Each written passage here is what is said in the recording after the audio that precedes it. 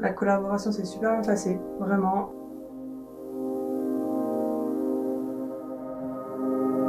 Je suis Yves Curie, je suis le président du groupe Axiom. Je m'appelle Eugénie Mantilleri, je suis à l'école supérieure d'art et design de Saint-Étienne et je suis en 5e année. Le groupe Axiom, nous sommes spécialisés dans la fabrication d'emballages plastiques pour des applications de cosmétiques et des applications agroalimentaires. On a travaillé avec Eugénie lorsque nous avons aménagé ce nouveau site, début 2021.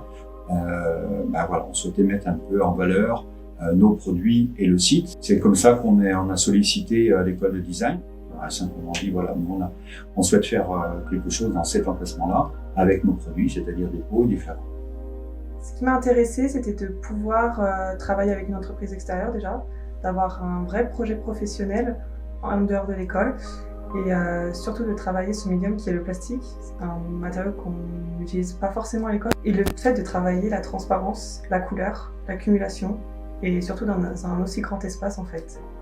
Initialement, j'ai visité les locaux et ensuite j'ai pris un moment pour moi toute seule à l'école dans mon atelier pour penser, réfléchir à une structure parce que je voulais vraiment fondamentalement faire une structure en élévation pour pas écraser l'espace. On a rencontré quelques semaines plus tard Eugénie qui nous a présenté quelques croquis sur différentes œuvres qu'elle avait imaginées.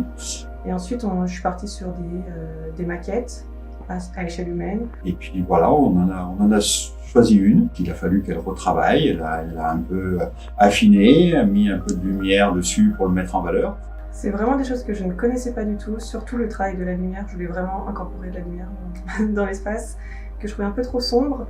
Je voulais rester sur des formes organiques, donc très circulaires, travailler le plastique, donc avec leurs flacons, mais tout en restant dans la légèreté. Et je veux dire qu'aujourd'hui, le résultat que l'on a est à la hauteur de nos espérances. On est très contents. Ça va très bien dans le cadre, c'est très joli.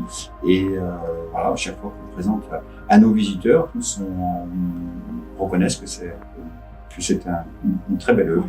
La collaboration s'est super bien passée, vraiment. Ils y sont ultra ouverts au niveau des propositions, ce que j'ai énormément apprécié. Même ils hésitaient entre plusieurs propositions, ce qui m'a touchée quand même. Donc non, franchement rien à dire, c'était au top. Est-ce que ça m'a apporté quelque chose? Oui. Naturellement oui. L'intérêt de la démarche, c'était de donner l'occasion, je veux dire, à un étudiant de pouvoir faire une œuvre grandeur nature qui serait exposée. Initialement, de travailler avec des personnes extérieures qui n'ont aucun lien avec l'école, de devoir entreprendre toute la communication, faire appel à des artisans, et à suivre les livraisons des matériaux. Ça, c'est quelque chose qu'on ne sait pas du tout faire à l'école parce qu'on ne peut pas l'apprendre si on n'entreprend pas un projet. Et ça, ça a vraiment aidé pour mon expérience.